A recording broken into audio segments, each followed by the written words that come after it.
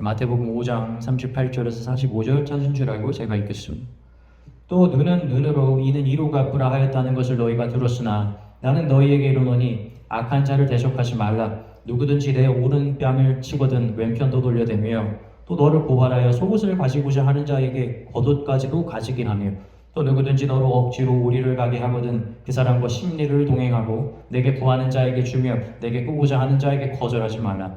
또 내 이웃을 사랑하고 내 원수를 미워하라 하였다는 것을 너희가 들었으나 나는 너희에게 이르노니 너희 원수를 사랑하며 너희를 박해하는 자를 위하여 기도하라. 이같이 한즉 하늘에 계신 너희 아버지의 아들이 되리니 이는 하나님이 그 해를 아들과 성인에게 비추시며 비를 의로운 자와 불의한 자에게 내려 주심이라. 아멘.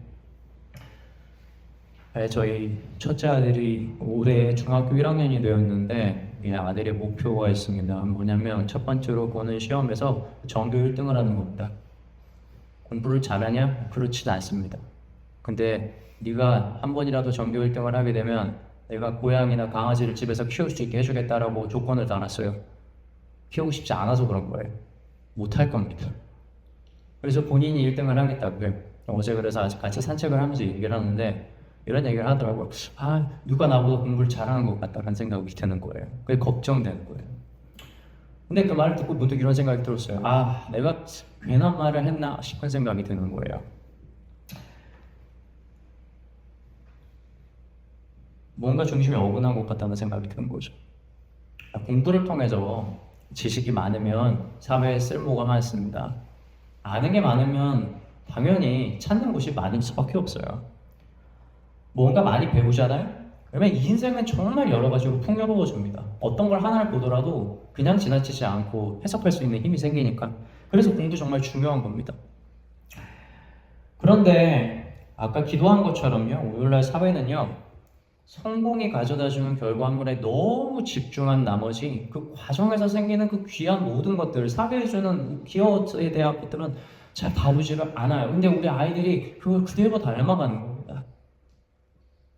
그래서 아까도 말씀드렸지만 저희 아들도 그런 얘기 했거든요. 많은 중학생들이 그렇게 얘기를 한대요.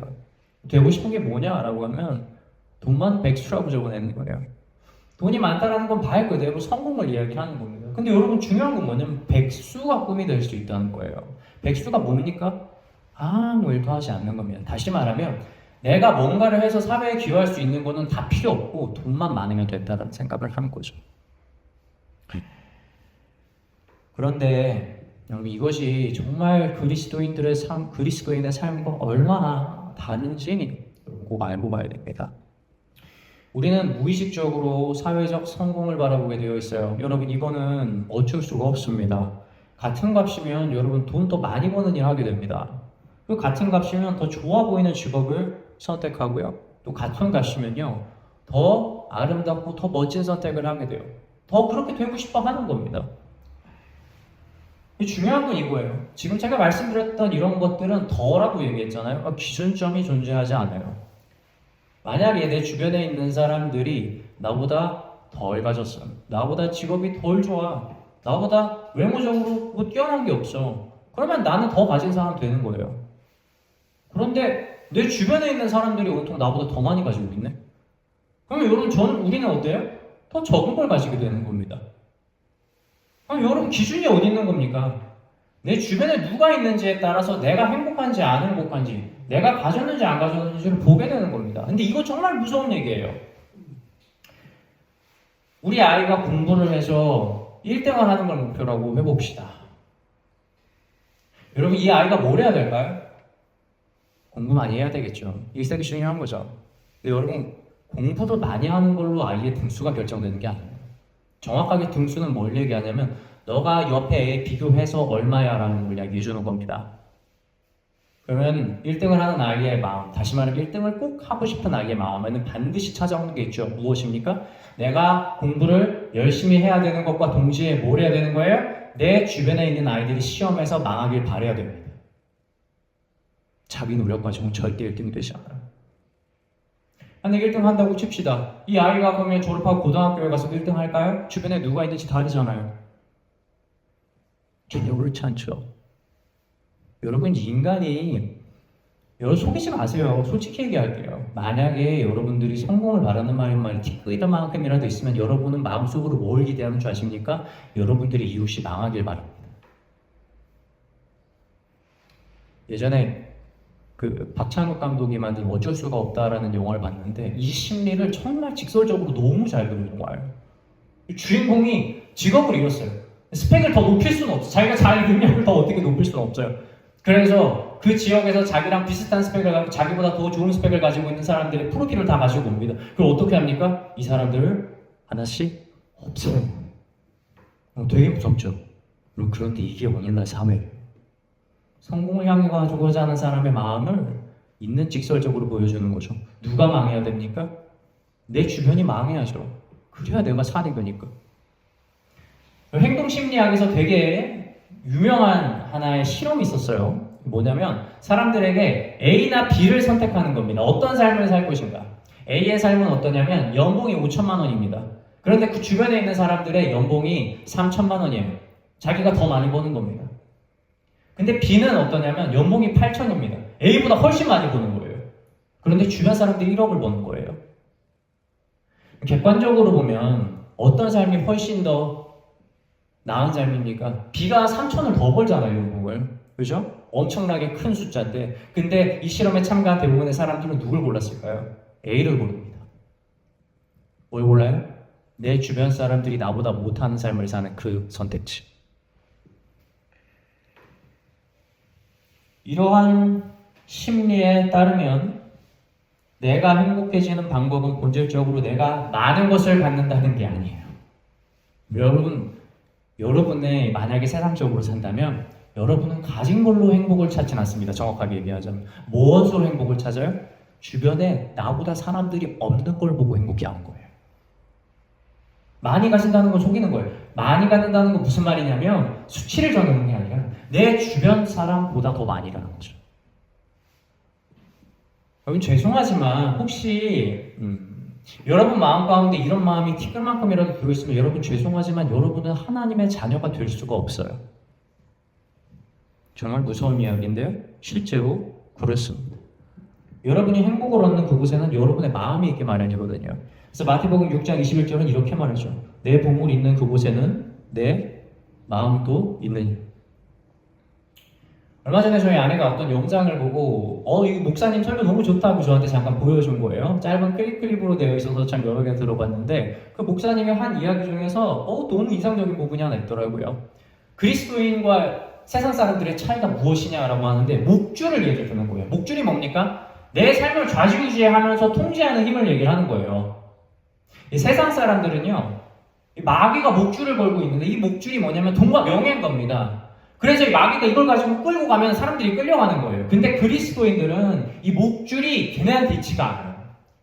그래서 우리한테 마귀들이 목줄을 걸고 건 것처럼 해서 우리를 명예랑 돈으로 시험해서 끌고 가는데 우리는 반응이 없는 겁니다. 왜냐면 그것이 우리를 살리는 게 아닌 거거든요. 무엇에 반응합니까? 바로 하나님의 그 말씀이라는 목줄이 우리를 끌 때 그때 비로소 반응하는 거예요. 여러분은 그리스도인의 삶이 이런 겁니다. 세상적인 기준이라고 하는 성공과 물질과 명예가 우리의 삶을 통제한다면 여러분 죄송하지만 여러분의 목줄은 하나님한테 있는 게 아니에요. 더 나아가서 오늘 본문 말씀처럼 죄송하지만 여러분은 하나님의 자녀가 아닌 겁니다. 그러한 마음을 품은 자들은요, 만약에 그리스도인들이 되잖아요. 그럼 어떻게 기도하는 줄 아십니까?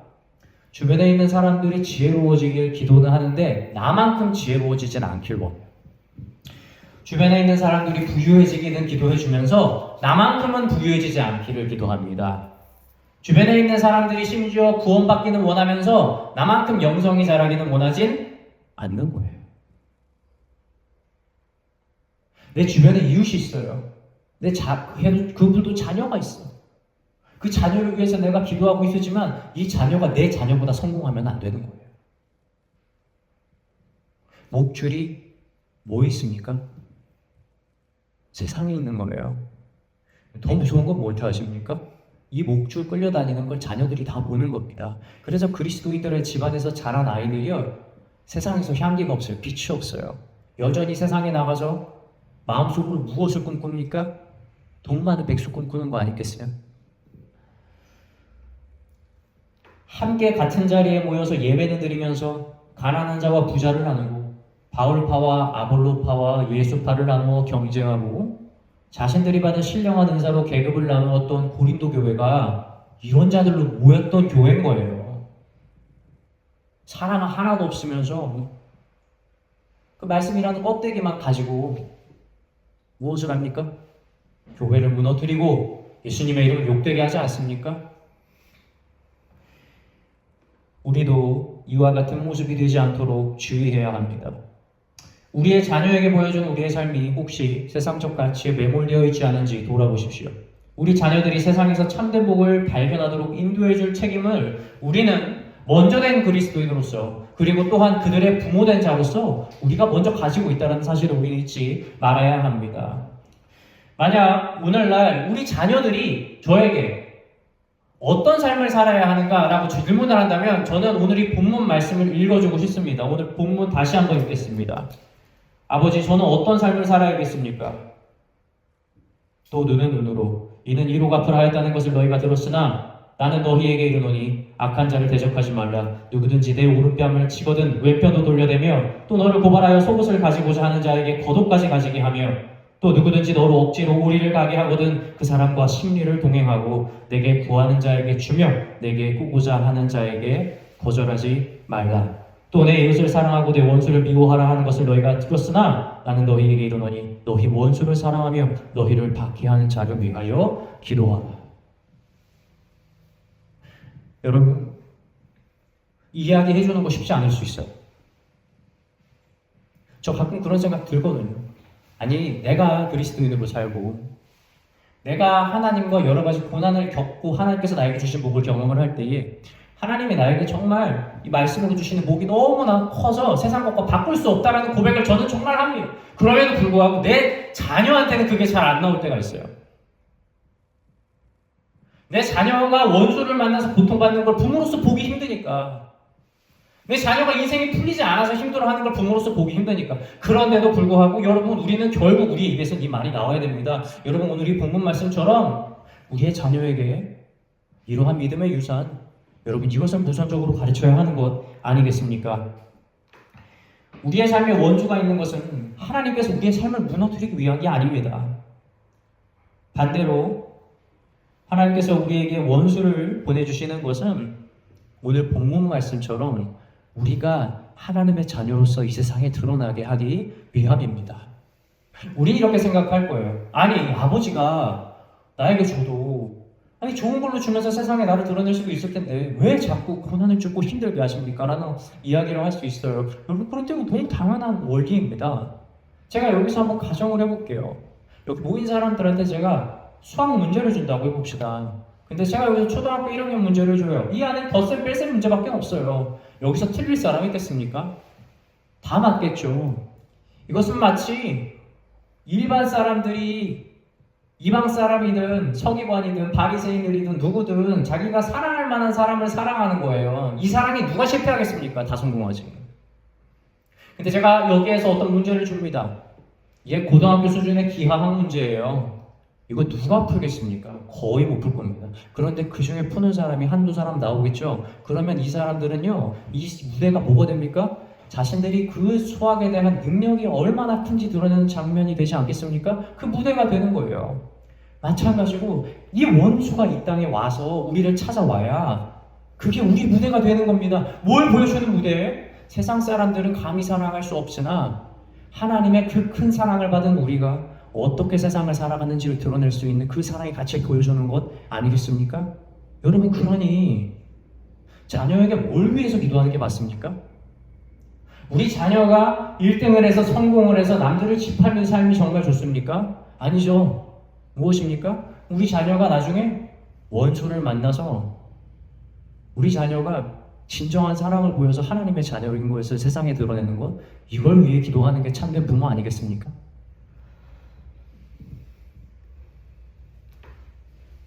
보아스가 룻을 만났을 때 그가 세상적인 사람이었으면 룻은 진짜 최악의 인간이에요. 만나서 완전 망하는.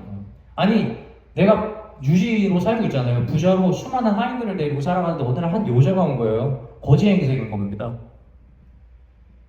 아니 이방 여인이에요. 게다가 또 과부래. 그런데 이 여자가 와서 하는 말이 뭡니까?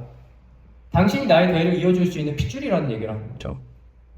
아, 얼마나 충격받았을까? 만약 세상 사람들은. 근데 여러분, 보아스가 그때 어떻게 했어요? 이 여인 진짜 궁금해하고 만나고 싶어 했습니다. 뭘 본 겁니까? 이 여인의 외모를 보지 않아요. 이 여인이 가지고 있었던 그 나오미에게 행한 그 믿음의 행위들을 보고 이 보아스한테는 이 루시 연예인이 있던 거예요. 다른 사람들은 다 피해도 보아스는 그렇게 보지 않았던 거죠. 여러분, 우리 결론적으로 알잖아요. 보아스와 루시 결혼을 하고 이제 나중에는 예수님의 대를 잇게 되잖아요. 여러분, 근데 성경 자세히 보잖아요. 그러면은 보아스가 원래 우선권이 없어요. 이 선택을 하더라도 이 대를 이어받아도 원래 우선권의 순서가 있는데 보아스보다 먼저 있던 사람이 있습니다. 성경에서는 그 사람을 뭐라고 이야기하냐면 아무개라고 이야기를 해요. 제가 이 부분을 찾아서 성경을 짧게 읽어드리겠습니다. 룻기 4장 1절부터 3절 제가 읽어드릴게요. 보아스가 성문으로 올라가서 거기 앉아있더니 마침 보아스가 말하던 기업 물을 자가 지나가는지라. 보아스가 그에게 이르되 아무개여 이리로 와서 앉으라 하니 그가 와서 앉음에 보아스가 그 성읍 장로 10명을 청하여 이르되 당신들은 여기 앉으라 하니 그들이 앉음에 보아스가 그 기업 물을 자에게 이르되 모압 지방에서 돌아온 나오미가 우리 형제 엘리멜렉에게 소유지를 팔려 함으로. 보아스가 아무리 룻과 결혼하고 싶어도 룻을 도와줘서 뭘 해주고 싶어도 선택지가 우선권이 없어요. 그래서 보아스가 정해진 율례대로 자기보다 우선권 있는 누구요? 이 아무개라는 사람을 부른 거죠. 근데 이 아무개라는 사람은 어떻게 했을까요? 당연히 선택 안 했죠. 제가 얘기했잖아요. 무슨요? 그 당시에 가정에 오면은 파탄을 가지고 올 사람으로밖에 안 보여요. 대를 누가 입고 싶어 하겠어요? 그래서 그 아무개가 이렇게 말하면서 룻을 거절합니다. 제가 읽어드릴게요. 그 기업 물을 자가 이르되 나는 내 기업에 손해가 있을까 하여 나를 위하여 물으지 못하노니 내가 물을 것을 내가 물으라 나는 물으지 못하겠노라 한즉. 어떻게 하냐면 두 가지 중 선택을 하는 거예요. 이것에 대한 대가로서 내가 물으는 대가로 밭을 물려주든지 아니면 결혼을 해서 대를 잇든지 두 가지를 해줘야 되는데 이 사람은 어때요? 자신의 기업의 손해가 심각할 것이라고 생각을 해서 법적으로 할 수 있는 최소한의 것만 하고 룻을 내어줬습니다. 보아스와 이 아무개의 차이가 무엇입니까? 보아스는 룻의 믿음을 보고 그녀를 환대하여 좋은 대접하기를 주저하지 않았지만 아무개는 보아스보다 우선순위가 있음에도 불구하고 룻의 외모를 보고 자신에게 줄 피해를 피하려고 그 룻을 밀어낸 거예요. 그는요, 사실 보아스가 아무개로 기록될 수도 있었어요. 우선권이 보아스에 있지 않았습니까? 그런데 그는 그 룻이 가지고 있는 본질을 읽지 못했습니다. 그것이 하나님께서 보내준 복이라는 것을 알지 못했어요. 그것이 바로 세상적 가치로 사는 자녀들의 모습인 겁니다. 룻을 발견하지 못하죠. 그리고 성경에 결국 무엇으로 기록됩니까? 이름도 언급되지 않는 아무개로 남게 되었다는 것입니다. 저는 여러분들에게 물어보고 싶습니다. 여러분들의 자녀가 보아스가 되길 원합니까? 아니면 아무개가 되길 원합니까? 사랑하는 성도 여러분, 하나님이 우리에게 보내주시는 축복은요, 고난이라고 하는 포장지로 쌓여 있어요. 이걸 풀면 그 안에 복이 있는데 이게 복인 거를 모르고 버리는 겁니다. 이 아무개 같은 사람들은 그렇게 사는 겁니다. 세상의 성공을 계속해서 쫓아가는 자녀들은요, 그리고 그렇게 살아가는 성인들은요, 여러분 하나님께서 보내주시는 축복이 고난으로 쌓여있을 때 그걸 뭘로 해석하는 줄 아십니까? 이것을 하나님이 내리는 벌과 저주라고 생각을 해요. 그것을 받을 리가 있어요? 바로 내어버리겠죠. 세상의 성공과 1등을 추구하는 방식으로는 그것을 절대 발견할 수도 없고요. 그것을 발견한다 하더라도요, 빨리 쳐내기 급급할 것입니다. 예수님은 세상적 방식으로 우리를 구원하지 않았습니다. 예수님은 왕이라고 하는 높은 곳에 오른 다음에 우리를 구원하지 않았어요. 반대로 세상에서 가장 낮은 곳인 십자가에 달리면서 우리를 구원하셨어요. 여러분, 구원의 방식이 이렇죠. 이런 십자가를 지고 살아간다라고 하는 우리가 세상에서 왕이 되고자 하는 마음을 품고 어떻게 기도하고 어떻게 제자다운 삶을 살며 어떻게 룻이 복인 것을 알고 어떻게 오늘 본문에 등장한 이 모든 약한 사람들을 도와주는 삶으로서 우리가 나아갈 수 있겠습니까? 세상은 누군가를 이기면 칭찬해 줍니다. 그러나 우리 예수님은 누군가를 섬기면 칭찬해 주십니다. 높은 자를 낮추고 낮은 자를 높이는 것이 하나님의 방식이라는 것을 믿으며 오늘 과연 우리의 사랑하는 나의 보물이 어디 있는지를 돌아보는 저와 여러분이 되길 주님의 이름으로 축원합니다. 마태복음 6장 21절을 읽고 마치겠습니다. 내 보물이 있는 그곳에는 내 마음도 있느니라. 아멘. 기도하겠습니다.